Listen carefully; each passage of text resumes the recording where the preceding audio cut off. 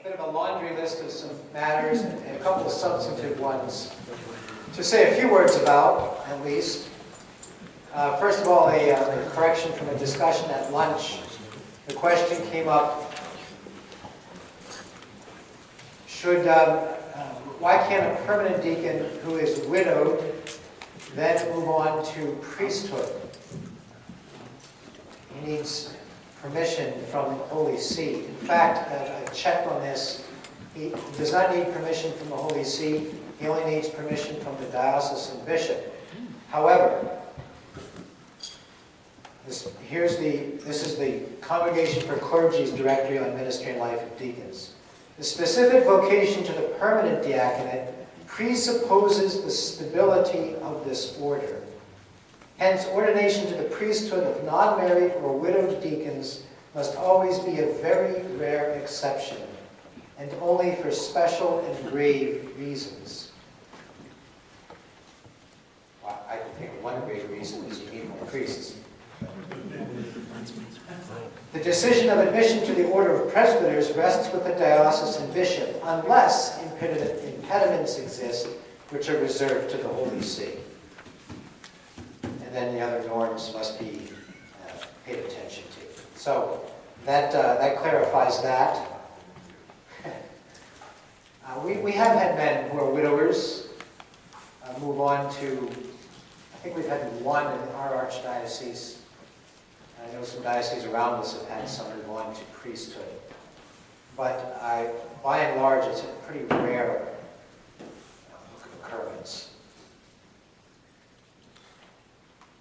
Let me say some things about marriage and holy orders. Now I actually have a whole workshop on this that I've done. I'm trying to develop more. I'm being asked to do this in a few other dioceses. And I do this as part of our formation. So I'm just going to mention what the general framework for this is. First of all, as I've already alluded, the Church is very concerned to honor and to see lived out well the sacrament that is first entered into, namely holy matrimony. There can be no conflict between the sacraments. To ensure that there's no conflict, the norms for formation mandate not only the express permission of the wife to enter formation, but mandate that she participate in the formation sufficiently to understand as fully as possible what it is that her husband might be called to, and to which she must give assent. Which assent ultimately must be in writing to the bishop.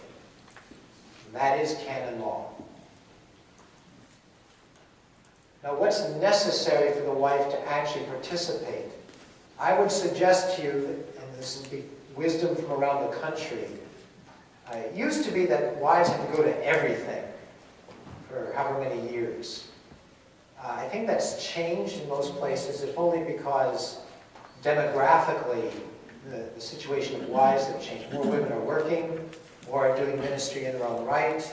As we move to some younger families, there's children. So there are any number of practical issues that way. However, even having said that, most programs are very clear. Wives must participate, especially, I would say, on the front end. That is like in the aspirancy year, like the bishop year, where the focus is primarily human formation, spiritual formation, and discernment of the vocation. And in our program, we pay a lot of attention to the marriage. We actually use refocus as one of the instruments within the formation.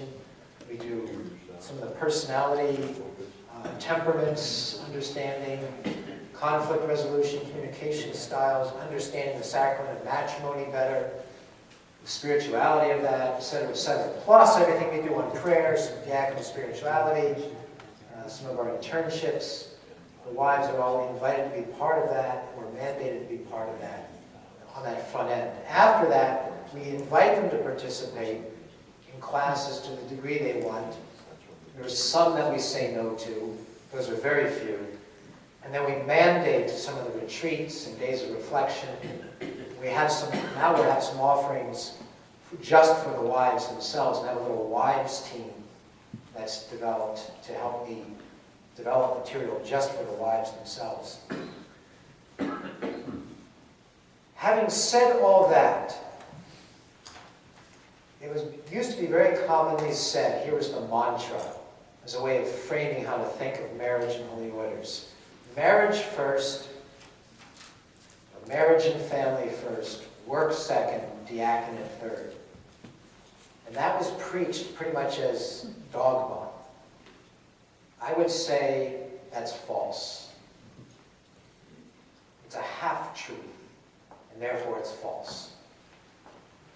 Because the reality is, the sacraments are not, as I said, not in conflict and can't be put in opposition. Chronologically, marriage might be entered into first, and so there are obligations of charity and justice for which a married man comes to diaconal discernment to begin with. But it's not the case that marriage just automatically trumps the diaconate, even though my former archbishop used to say it at every ordination, and he'd speak to the wives and say, if ever you have a problem, dear, just call me, and then I'll call the pastor and the deacon and tell them to get their act together and to stop. But of course that never really happened, because it doesn't work that way. And in practical day-to-day, there are times when in fact it's diaconate first, and marriage and family second, and work third. Just as in real life, at some days it's work first. Any married man will tell you, who has any number of obligations, it's not a matter of always just saying, it's so very clear that marriage is first. It's first chronologically, it's first in the obligations that one has entered into, but in the day-to-day, there's the necessity of integrating, and I would use the word integration rather than balance.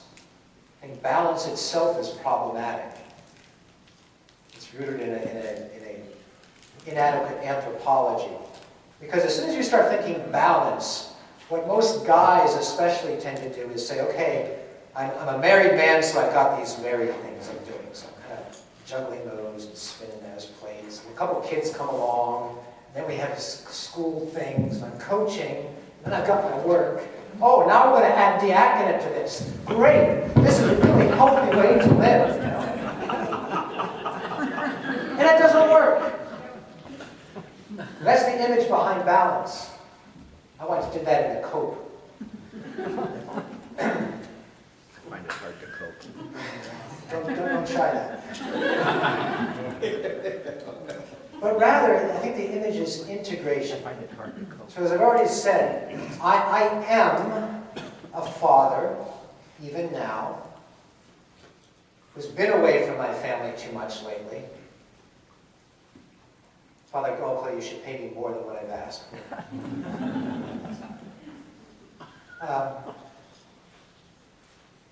Whose children are entering a phase where they're away from the family more than they should be. Where there's a black hole of ministry in the parish and in the diocese, which is always going to be there, right? And I'm always a father and a husband when I'm standing at the altar as deacon. And I'm deacon when I'm home with my children. And really the issue is understanding, in my own day-to-day understanding, integrating those identities, those realities, and then really learning and cultivating the virtue of prudence, prudential judgment, to discern regularly, which in my case I do with my wife. What is the best thing to do here and now? So especially when requests come for ministry, sometimes, as part of the virtue of prudence, as Thomas tells us, sometimes you have to make a snap decision. And so you've got to be good at being able to make sound, snap decisions.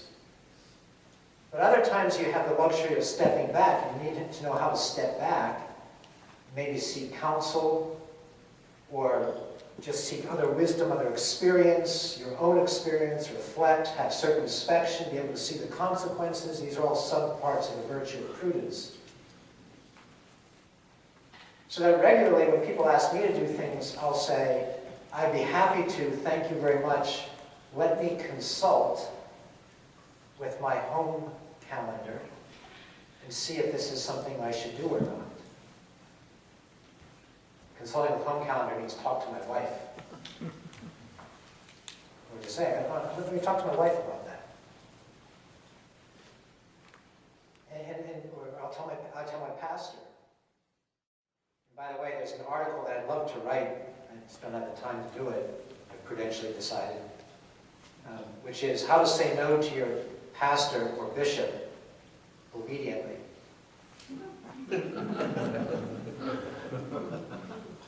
And pastors are very well intentioned, but they'll often forget that if a man is a deacon, and if he's married, and if he has children at home, he already has those relationships as part of his diaconal ministry. Just as if a man is a deacon who's assigned to a non-parish ministry as well, we actually have like formal written ministry agreements. We all do this. We tend to get parochial. We think that my concerns are the ones that trump everything, right? Professors are notorious for this. My course in Christology is the most important. Who cares about moral theology? Do the Christology paper. Here's 14 books to read for next week. And professors are terrible. They always do that.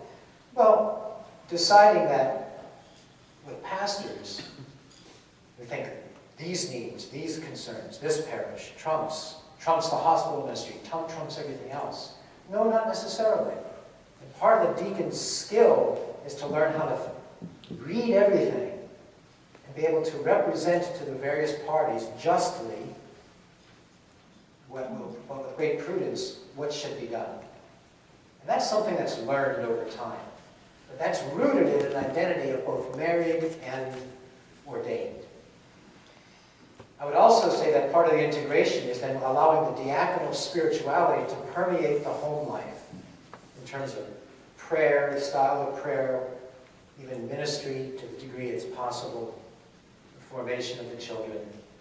And that too is learned, and it's going to look a little different from family to family.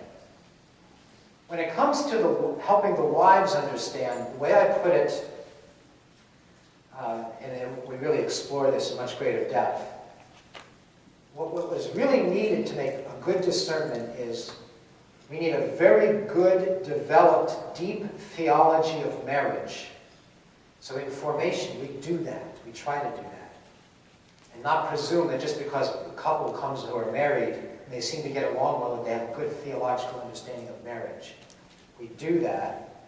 You need a good theology of holy orders. We try to do that.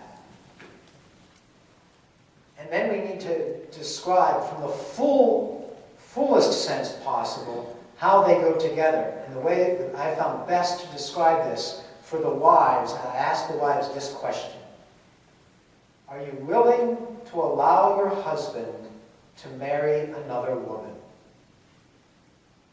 Meaning the church, of course. And really have a fully developed nuptial theology of the church and the bride-bridegroom relationship. Because that really tends to bring home the reality on a mystical level that has practical implications. And the wives have told me that's one of the most helpful things that's been ever said to them in terms of discernment. Because it brings it right down to what's happening. So the wife herself enters into a self-emptying, called to a certain kind of sacrifice and gift of herself to the church. Perhaps in terms of ministry, but certainly if she's married to a man called a diaconate, in some mystical way, through her husband, she's making an offering to God's people.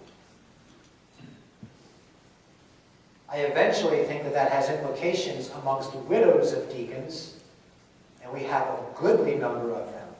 A goodly number. And we've just begun now a little ministry and working with and trying to animate some of the widows of deacons. I think we've got about 24 widows of deacons in our archdiocese right now. And I would suggest that one of the places we ought to begin to look for recovery of the order of widows in the church today is amongst widows of deacons. I think there's natural fertile ground there. And I'm just going to say that because I don't have time to go into that theologically, but I think that that's possible. So marriage and diaconate can go together. They must be able to go together. Just as celibacy and diaconate needs to be lived out. And by the way, with celibacy, we also try to teach on celibacy to the married very clearly, the full meaning of celibacy. And it is one of the things that the bishops have singled out as a special need in formation. It's been a weak point of most formation programs. We need to do more with celibacy because we also have a lot of widowers. And even if you do a good job teaching and helping them enter into some way in potentia what consecrated celibacy is, the actual process of becoming widowed and still being an ordained minister is a difficult one. It's a real type of suffering. It's very clear, and we need to be clear with this on day one of advertising, married men, deacons, whose wives predeceased them cannot get married. Now there is an exception in the law, in the directory here, in the 1997 protocols, there were 3 possible exceptions allowed for men to get remarried. That has subsequently been changed about 2005 and reduced to 2 exceptions. One of them would care for elderly parents, they just took off the map. Because if you need to care for elderly parents, just like a priest, you get a leave of absence and go take care of them. You don't need to get married to take care of the parents, right? But now there's only 2 conditions, and they have to hold simultaneously, and the bishop has to give permission. And the 2 conditions are that a man still has minor children who need a mother's care, and at the same time, his ministry is deemed to be of such importance to the diocese in the bishop's judgment that he ought to continue in ministry even as a remarried man.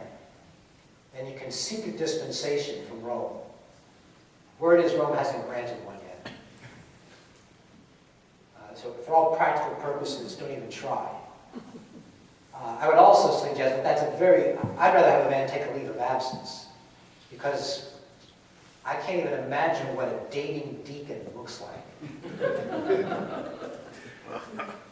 If you want to cause scandal amongst the faithful, go allow a dating deacon. That is just fraught with danger. So I can see why. The church is very practical. If a man at a certain point feels like, I ought to get married, church says, okay, amen. Be at peace. Be laicized. Go get married. So there are answers to these things, but the dating deacon is not the answer. So that's all I want to say about marriage and celibacy. I do have a paper, I think it's on the NADD website, more of a theological rationale of why men whose wives predeceased them then embrace celibacy, because I think celibacy flows from the very marriage that had been, if you will, elevated by the diaconal state of holy orders. So there's an intrinsic connection there. But that's another conference. So any questions on wives of deacons? I think I already alluded to this. It used to be popular language years ago, the deacon couple. There is no such thing. And it's a presumption to think that a wife is getting trained to do ministry because her husband is. Some wives do. Some wives do ministry in their own right. Some do some ministry with their husbands. But there is no such thing as a deacon couple, just as there's no such thing as a priest couple, or a doctor couple, a surgeon couple, a baseball couple. I don't know what these things are. There's no such thing as a deacon couple. There's a husband and a wife. The husband is a deacon, and the wife is making a real sacrifice. We can describe that, right? And wives may do some ministry, but I find many wives don't want to do ministry with their husbands. Go fish, you know? go do it, right? Amen. Yeah, and you have got to understand those dynamics. But if a wife is called to and has a desire and some skill, amen. Learn some of that and do it. Maybe with your husband, maybe not. But let's not presume that that's what we're doing. It's a separate thing. And now, I always tell the wives, of course, the odd thing is, and deacons got to know, the guys in formation got to know, once you get ordained, you become a public person. That's a legal term, juridical term. You become a public person under the law. But you also become a public person. So everything you do is in the spotlight. Everything. Whether you want it to be or not. Right? And it seems weird that especially for deacons this is the case, and deacons' wives. So you go shopping, and people want to see, what DVD did you just get out of Redbox? And you think, it's none of your damn business. But people make it their business. Oh, that's a lot of potato chips you just put in that shopping cart. Yes, I like potato chips. Should you be eating so many potatoes? You know, it gets weird. And wives have experienced this. People will come up to them and say, well, your husband's in deacon formation. Why does canon law say such and such? As if she ought to know, as if the deacon candidate ought to know, if any of us should know, you know? But there's this weird expectation, right? And you just got to get used to it. You got to get used to it. I think it goes both ways, too. I mean, I don't want to say I get kicks out of this, but maybe I do.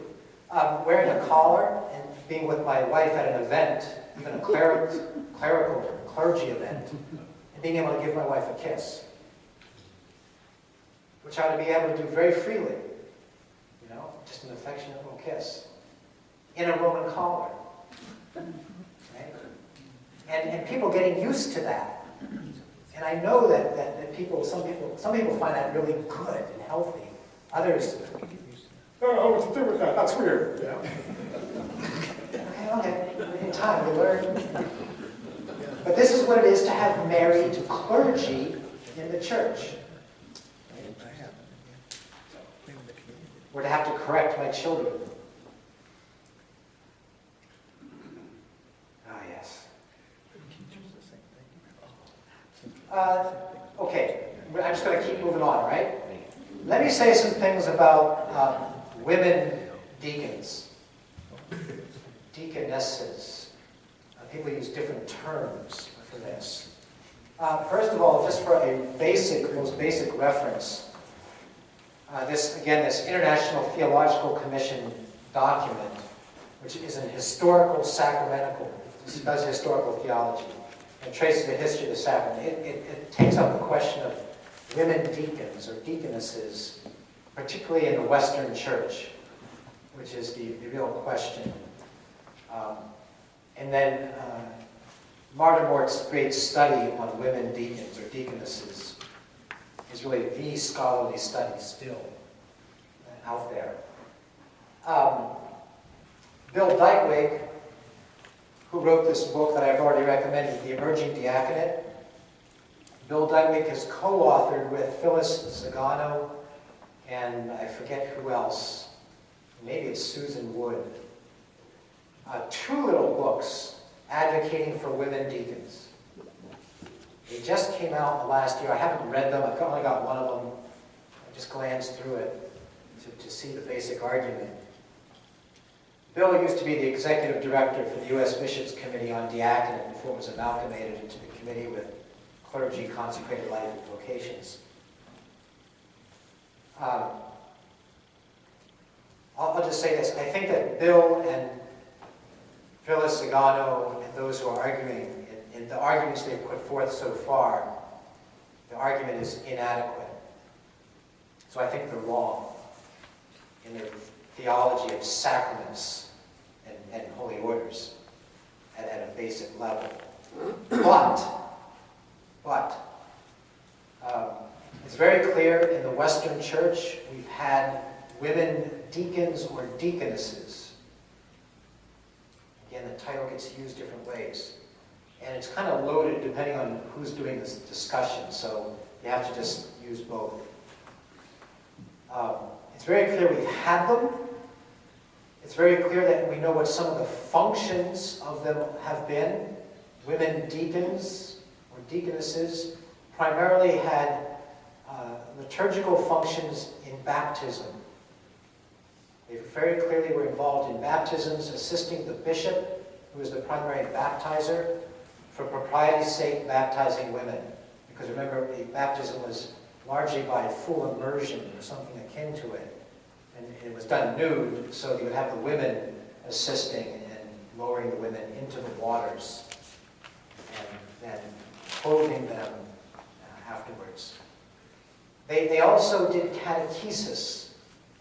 Some of it might have been sacramental catechesis. It's very clear they did catechesis of younger women. They also did work with widows, care of widows and catechesis with widows. By the way, one of the roles, I think, of the order of widows would be to have women who are actually saw themselves as part of their apostolate to help train younger women in what it is to be women and mothers. And I broached that idea with some young women at the university, and they were unanimous in yes, yes. Because there's so few models for good women out there. And to have women who are thinking about an apostolate of helping other women take on so much, right? So we've had women deacons. It seems like the title deaconess was also used for the wives of some deacons. It's very clear that it was used as a title for abbesses in some places, well up into the Middle Ages. What's not clear from the historical evidence, and we may never get a clear answer on this because there's only so much historical data. What's not clear is, were they ordained the same way that men deacons were? And the preponderance of the evidence seems to suggest there was a difference. Even where there was sometimes ordination used to describe both, which is not common, there's still a difference in the rite, in a crucial detail or two. One of the main differences is that in the ordination rite of women, or the consecration rite, or whatever it may have been, the women did not fulfill or take up the chalice as part of the liturgical role. They didn't function at the altar. That seems to be one place where women deacons, it was never part of their role to function at the altar. Now, Sarah Butler, Sister Sarah Butler, who is apparently writing a book on this now, but she certainly has an article which I could, I should have thought of this, I could fax to you. She looks a lot at the same evidence, does a summary. Sister Sarah Butler had set out to write a book on arguing for women's ordination to the priesthood. And as she began to look at the whole theological arguments in the history, she actually changed her mind and says, no, women can't be ordained to the priesthood. The question becomes, can they be ordained to the diaconate based on the theology that I was talking about yesterday? And especially based on omnium momentum now, which makes a clear distinction. And Sister Sarah says this. She says she and others look at the same evidence, and some Orthodox theologians are very divided on this too. There's no unanimity in the Eastern Church. You look at the same evidence and come to different conclusions. She would suggest, and this was what, I'm going to give you my theological opinion here, right now? So bracketing this is not norms, this is not church teaching, this is Mahalik's theological opinion. But I'm going to do it because I think some of you might be interested in a possible scenario here. And I agree here with Sister Sarah Butler. And this is based on my studies. I did some of my previous study on the complementarity of the sexes, according to Wojtyla. I would think that if there's to be women deacons, which we have historic precedent for, that they would not be ordained based on the unity of holy orders, which the church has understood for a millennium and a half, at least, that they could not be ordained to the diaconate as a man would be, but that there might be a fourth order that would be a type of ordination or consecration, which would look different and be for a different mode based on complementarity of male and female. They would actually have different functions. And Sister Sarah Butler suggests that, and I could envision that. I think theologically you could make the case for it. The real question becomes a pastoral, practical one. You know, we're still, after all, you're still trying to figure out diaconate and lay ministry as a whole. Phyllis Sagano makes a very interesting suggestion, and I do think that this would make a lot of sense. What do you have that's akin to a women's diaconate even now? Where would you look for with such women? I would suggest amongst some of the religious orders. And amongst some of the people who are already doing lay ecclesial ministry, which seemed to me to be the natural place. But again, it would be different than ordination to diaconate and priesthood as for men. It would be a different rite altogether. I don't know what that looks like. So that's a theological suggestion based on the current status of the scholarship right now. I'm waiting to see Sister Sarah's book, where she ends up with that. And I'm also glad I'm not Pope.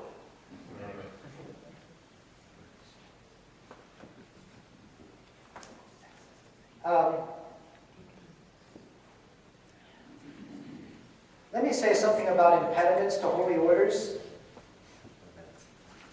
irregularities. This is something that the church is becoming much more cognizant of and is trying to regularize. And bishops have asked this because as deacons move from place to place, this becomes an issue. By the way, do you know that down in the southern diocese, like down Arizona, New Mexico, they have deacon directors whose sole job is figuring out what to do with all the snowbirds. People who either move temporarily or eventually permanently into the diocese, who have been formed elsewhere. So finding out, how have you been formed? What are you capable of? Are you in good standing? Are you fleeing your bishop? These are real questions. And it takes a lot of work to figure it out. Well, one of those just sub-areas is irregularities and impediments to holy orders. Some of which pertain to priests, men seeking priesthood, some which pertain to anybody seeking holy orders. And so we're very clear. I talk about it in our very first introductory sessions discerning diaconate, and then we have it in writing as part of our application process. And we have a multi-layer process of drawing this out. And I'm just going to touch on what they are, just so you know and are aware that these need to be asked about. And I won't get into all the juridical terminology, but essentially they're this. You've got to be 35 years old to be ordained. So check birth dates. Now, the way to get rid of that irregularity, wait. It's a very simple one, just wait. Now I'm going to suggest to you that there's a parallel here. It's not an impediment by canon law, but it's an issue in U.S. law. Because we have more and more men who are Hispanic or from other ethnic cultural backgrounds. They're not citizens. The canon law does not demand that they be formal, legal immigrants, resident aliens, or citizens.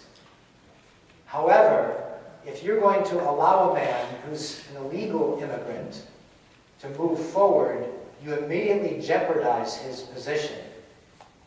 As soon as you do anything legal, like a criminal background check, which is what your state process will mandate. So this is not a canon law issue.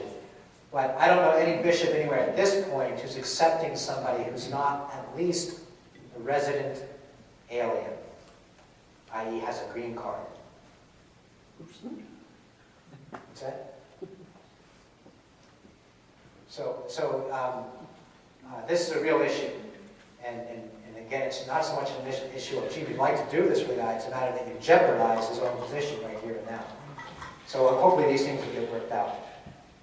A man must not be a neophyte, meaning newly baptized. The law doesn't demand how long you wait, but you also wait. Let him live the Christian life. It's not a canonical impediment, but most bishops will say a man can't be newly received into the Catholic Church. And most bishops will say things like, we're going to wait like 3 or 4 or 5 years before just... And I talk to a lot of former Protestant pastors and all, and they're still in the process of entering the church. I think I want to be a deacon. It's wonderful. Let's talk, let's pray, and let's wait for 3 years. And if the vocation's there, it's going to be there now, it's going to be there then. It's not fear. Right? The ones that are more, you can't just wait.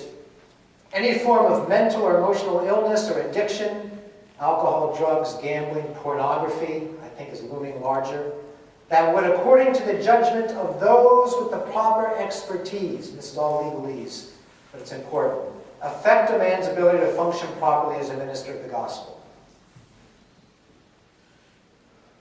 And you don't necessarily need to be receiving treatment for there to be a possible impediment, right? That one's pretty self-explanatory. The next 3 are fairly formal. I'm just going to mention them. Apostasy, which is post-baptismal repudiation of the faith. It's fairly technical. Heresy, obstinate denial of Catholic teaching. And schism, which is public, obstinate, public, either written or oral rejection of the unity of the church. There's a lot of subsets under those, but those would be impediments. Voluntary homicide, or helping somebody procure an abortion. This one is more common than you might think.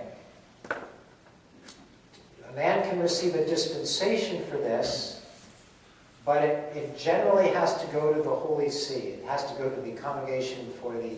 Actually has to go to the... what's the tribunal? For the confession.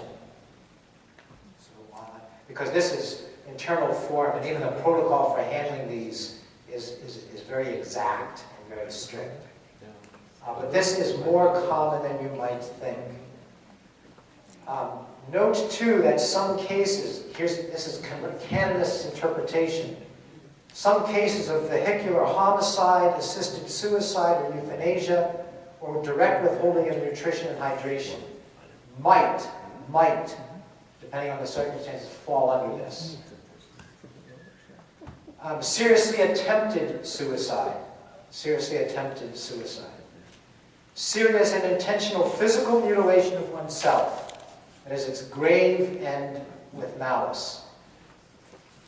The 2 most common cases that are appearing that require investigation are tattooing, in extreme forms of tattooing, which is becoming much more popular, and vasectomies. Everything I've mentioned so far has to go to the Holy See. I think everything I've mentioned, except for the first one, on psychological. This one is reserved to the bishop, so the bishop himself can dispense. And I'm not going to go into all the protocol, but I actually have a procedure of assessing, especially in the case of vasectomy, which is very common, of assessing with a man, it's by definition grave. So that's not the issue. The question is it malicious? Is it with intent? And assessing what kind of intent is there, and whether there might be an impediment, and therefore why we might want to submit it to the bishop for a dispensation, who may or may not grant it.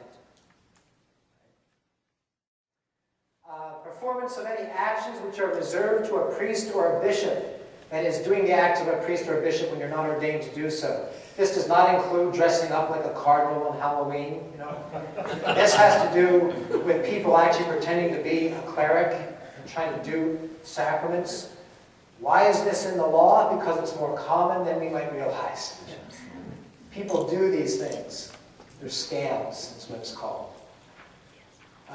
And then finally, the last ones would be marriage, even civilly while still canonically, sacramentally married to someone else, even though you're civilly divorced. Usually what this means is that someone was married, putatively got divorced, and then remarried without a declaration of nullity. Or if a man marries a woman who had been married, divorced, married without a declaration of nullity.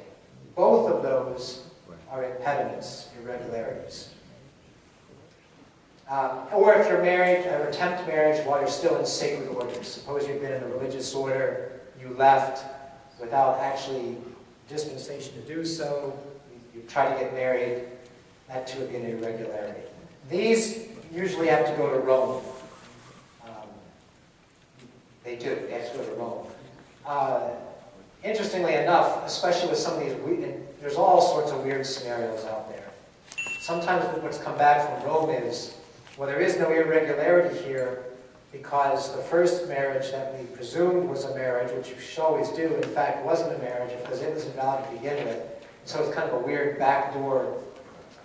Now, having said all that, there's a whole set of often moral issues around some of these. And there's a whole set of things that people do in life that are moral issues, that are not canonical impediments, but you really need to pay attention to. And so your application process needs to really dig pretty deeply and give people the freedom to really bring things out and talk very freely. And we've found, in fact, that the application process and getting people talking about some of these things actually can bring some real healing and pastoral care in the midst of, which they weren't expecting, in the midst of application to diaconate. But these are things you have to pay attention to, and bishops around the country are really trying to pay attention to more and more. Keep in mind that it's always up to the bishop, or the local ordinary, I should say, whether or not to submit. What he does is technically he submits for the dispensation. It's up to him to decide whether he even wants to do that. I will just say that my archbishop that I have now is not inclined to seek many dispensations. And his reasoning is simply, I'm trying to get his mind on this, is that first concern is the person in the right standing with the church, amen, great. But I have to think about the whole church, the whole picture. And the reality is, given especially with modern communications, we know he's in good standing, you know he's in good standing, but all those people out there, they don't know any of the history, it's not their business anyway, but they interpret things willy-nilly however they like. And people naturally tend to presume what isn't so. And this becomes an issue of example. And so my archbishop is generally saying, I'm not going to go there with the impediment, trying to seek a dispensation. I try to make a case. There are times when I recommend I wouldn't give it if I were you. There are times I say, Archbishop, I think you should go forward. Sometimes he takes my advice, sometimes he doesn't. But that's part of my job, to help him.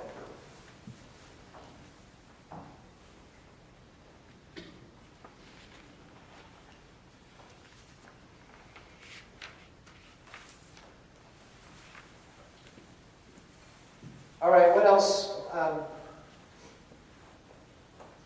I wanted to say this about protocol for assigning deacons. This came up as well. I think part of the protocol for assigning deacons is not only assessing the deacon's abilities, skills, just as you do for a new seminarian, a new priest who comes out of the seminary, we give a report to the bishop and say, here is Father Bob's great strengths, here are his growing points. Here's where he probably should not be assigned. We do this. We try to do this with deacon candidates as well.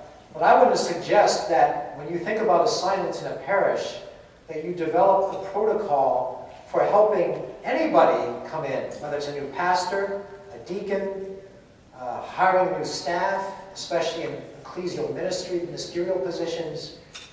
Help with a protocol of understanding the parish structure, the parish history, and make that part of how the deacon enters, and here that's our concern, how the deacon enters into the parish. So by way of example, we don't have such a protocol, we were trying to develop it. But when I was assigned to the parish I was assigned to, what I tried to do was not only talk to the pastor, who had been there less time than some of the staff, but to find out from the staff, just talk with them individually and just say, tell me about how this works. What's the history? What's your read on the needs here? What's your read on the history? What's your read on the gifts of this parish? What's your read on, what do you think? And I try to do that with some of the key staff. And that was really, really helpful for me. And probably because Father did that time, and probably because he didn't know it as well. And to go to those who actually had already been involved, I think that ought to be just standard protocol. And then allow the deacon's ministry, unless it's very clear. There are certain things that are clear, boilerplate, with liturgy and whatnot. But other things are, like I said before, are going to emerge, and let those emerge in time. I wanted to say this too. Virtue struggles, I mentioned that earlier in terms of formation. I wanted to make clear that that's an external forum consideration. There are internal forum issues that may arise from it for confession or spiritual direction. But in terms of assessing virtues, that's external forum. We write it down. I raise it at every assessment, evaluation with the guys. It's in their file in writing. All the formators know what it is. My own virtue struggle is love and temperance. So that's external forum. And I can tell you, so what it clues me into is that when I struggle spiritually, or there's sin in my life, I'm now trying to train myself immediately to ask questions around the issue of love and the issue of temperance. How they manifest themselves, particularly in my life. It's going to look a little different for everybody. So that's kind of what we try to do as part of a very framework of some of our formation.